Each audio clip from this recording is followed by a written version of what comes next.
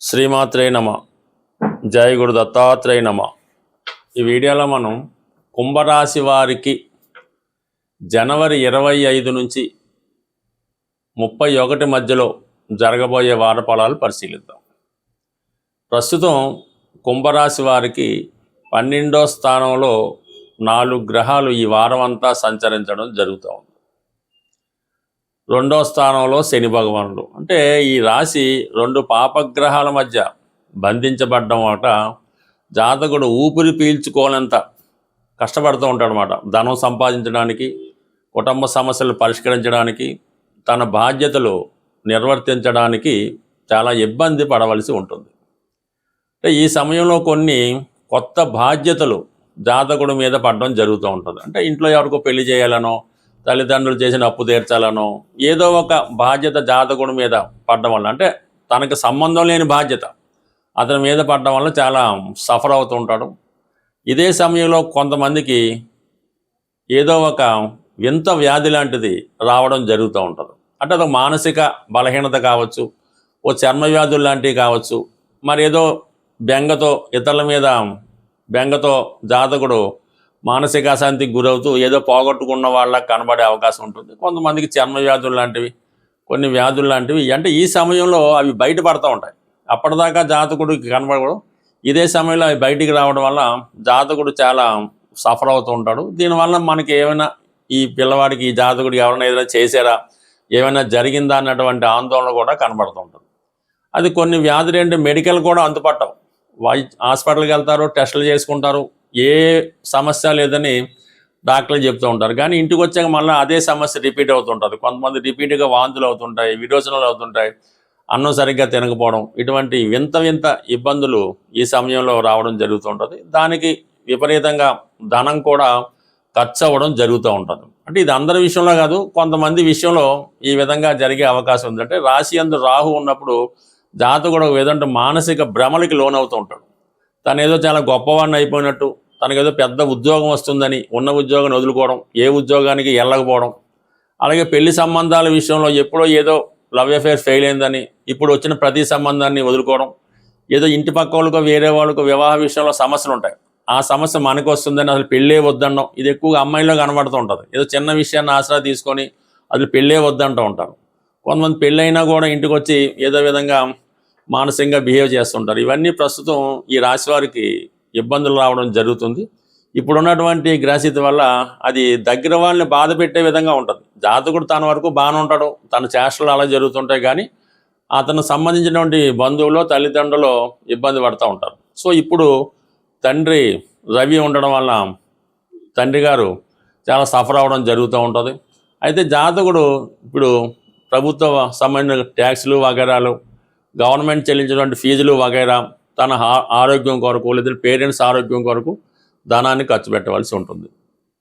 ప్రధానంగా కుజుడు వ్యయంలో ఉండడం వల్ల అప్పులు తీర్చవలసి ఉంటుంది.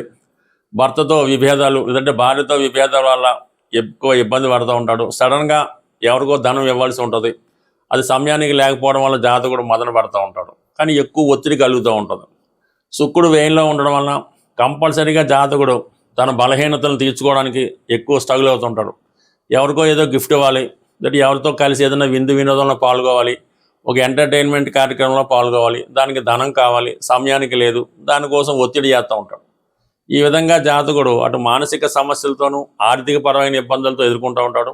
వృత్తిపరంగా వచ్చిన అవకాశాలను వదులుకొని కొత్త అవకాశాల కోసం, రాని అవకాశాల కోసం ఎదురు చూస్తూ కాలాన్ని వృధా చేయడం జరుగుతూ ఉంటుంది. అందువల్ల ఇమీడియట్గా కుంభరాశి వారు ఏ వయసులో ఉన్నా మనసులో ఉన్నటువంటి భ్రమల్ని తగ్గించుకొని వాస్తవాన్ని గుర్తిస్తే జీవితంలో కంపల్సరీగా సక్సెస్ అన్నది స్టార్ట్ అవుతుంది.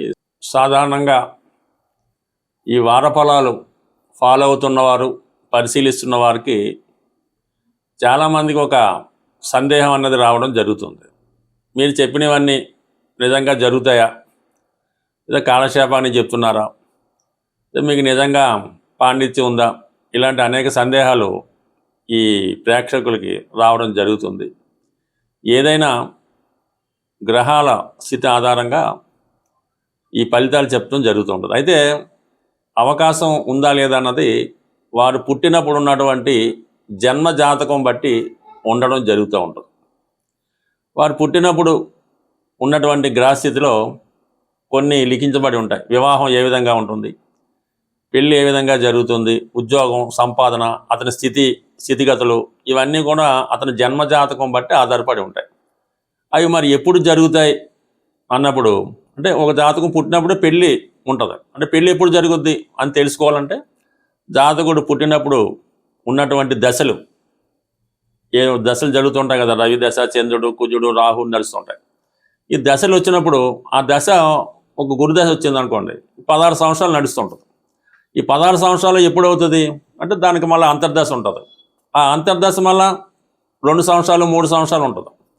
ఈ 3 సంవత్సరాలు ఎప్పుడు జరుగుతున్నప్పుడు అప్పుడు ఈ గోచారం అన్నది మనకి రావడం జరుగుతూ ఉంటుంది అన్నమాట. ఈ గురువు సప్తమ స్థానంలోకి వచ్చినప్పుడు పెళ్ళి అవుతుంది, పంచమంలోకి వచ్చినప్పుడు సంతానం కలుగుతారు. ఇప్పుడు దశ అంతర్దశ సహకరిస్తే ఈ గోచారం కూడా సహకరిస్తూ ఉంటుంది. అలాగే ఏ సంవత్సరంలో జరుగుద్ది అన్నది గురువు చెప్తాడు, ఏ నెలలో జరుగుతున్నది రవి సంచారం అని తెలుసుకుంటాం అన్నమాట. అంటే రవి ప్రతి నెల ఒక రాశిలో మారుతుంటాడు కాబట్టి పలానా నెలలో ఈ సంతానం కలగవచ్చు, ఈ ఉద్యోగం రావచ్చు, ఈ ఆరోగ్యం కలగవచ్చు, రవిని బట్టి చెప్తాం. మరి ఏ రోజు జరుగుతుంది అంటే చంద్రుడి యొక్క సంచారం బట్టి చెప్తూ ఉంటుంది. ఏ సంచారం, చంద్రుడు ప్రతి 2 రోజులు 2.5 రోజులకి మారుతూ ఉంటాడు. ఏ రాశిలోకి వచ్చినప్పుడు, ఏ నక్షత్రం మీద సంచరించినప్పుడు ఈ సంఘటన జరగవచ్చు, పెళ్ళి ఎప్పుడు జరగవచ్చు, డెలివరీ ఎప్పుడు జరగవచ్చు, ఇవన్నీ ఈ చంద్రుడి యొక్క సంచారం బట్టి ఆ రోజు నిర్ణయిస్తాం.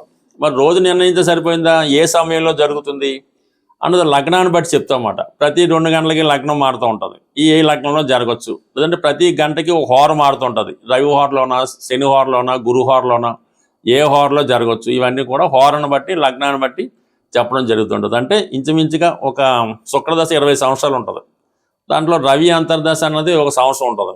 దాంట్లో గురువు, ఈ శని ఇవన్నీ సూక్ష్మంగా వస్తూ చివరికి ఏ సమయంలో కూడా జరుగుద్ది అన్నది జాతకుడి యొక్క జన్మ వివరాలు కరెక్ట్గా ఉంటే తెలుసుకోవచ్చు. అయితే గోచారం అన్నది ఈ విధంగా సపోర్ట్ చేస్తుంది తప్ప జాతకుడికి ఆ విషయం లేదు. ఆ సంతాన యోగం అన్నది లేనే లేదు. 5వ స్థానంలో గురువు వస్తే ఏంటి, శని వస్తే ఏంటి, ఎవరు సేవిస్తారో జాతక చక్రంలో లేనిది. అలాగే ఉద్యోగం, జాతక చక్రం ఉద్యోగం ఉంటే ఉద్యోగం వస్తుంది, లేనిది అయితే రాదు. ఇవన్నీ కూడా కేవలం గోచారం అన్నది మీ జన్మ జాతకంలో ఉన్నవి ఎప్పుడు జరుగుతుందని చెప్పడానికి ఉపయోగపడతాయి. అవి ఉంటేనే మీకు జరుగుతాయి, లేనప్పుడు జరిగే అవకాశం అయితే లేదు. అవి ప్రాంతాల వారుగా మనం ఉన్న ప్రాంతాన్ని బట్టి, ఉదాహరణకు అమెరికాలో ఉన్న వాళ్ళకి రాహుదశ యోగిస్తూ ఉంటుంది, బ్రహ్మాండంగా అక్కడ బాగుంటుంది. మన ఇండియాలో భారతదేశంలో ఉన్న వాళ్ళకి, సాంప్రదాయంగా ఉన్న వాళ్ళకి గురుదశ బాగుంటుంది.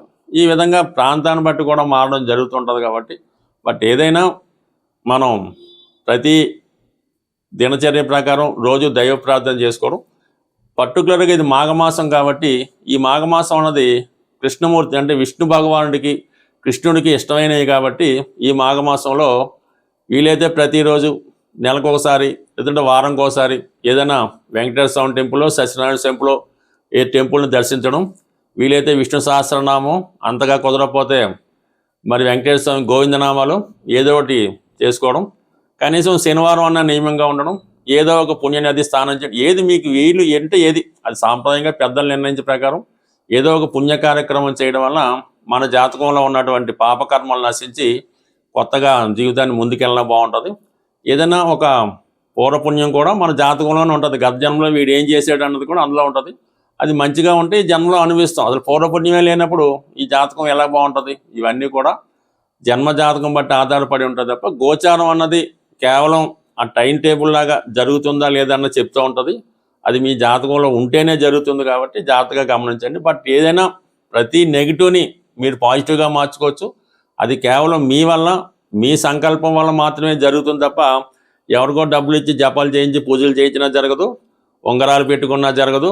ఏం చేసినా కూడా మీ యొక్క వ్యక్తిగత ప్రయత్నం, కఠోరమైనటువంటి దీక్ష, శాస్త్రాల మీద అపారమైన నమ్మకం ఉన్నప్పుడు మాత్రమే మీరు ఎంత చెడు కర్మ మీ జాతకంలో ఉన్న దాన్ని మంచిగా మార్చుకోవచ్చు. ఈవెన్ ఆయుష్ కూడా మీరు మీ చర్యల ద్వారా పెంచుకోవచ్చు, అలాగే మీ చర్యల ద్వారా తగ్గించుకోవచ్చు. ఏదైనా అది మీ చేతుల్లోనే ఉంటుంది తప్ప మీ జీవితాన్ని ఎవడు కూడా మీరు ఎంత ధనం పోసినా కూడా మార్చలేరు. కేవలం దైవ బలంతో మాత్రమే మార్చుకోవడానికి అవకాశం ఉంటుంది.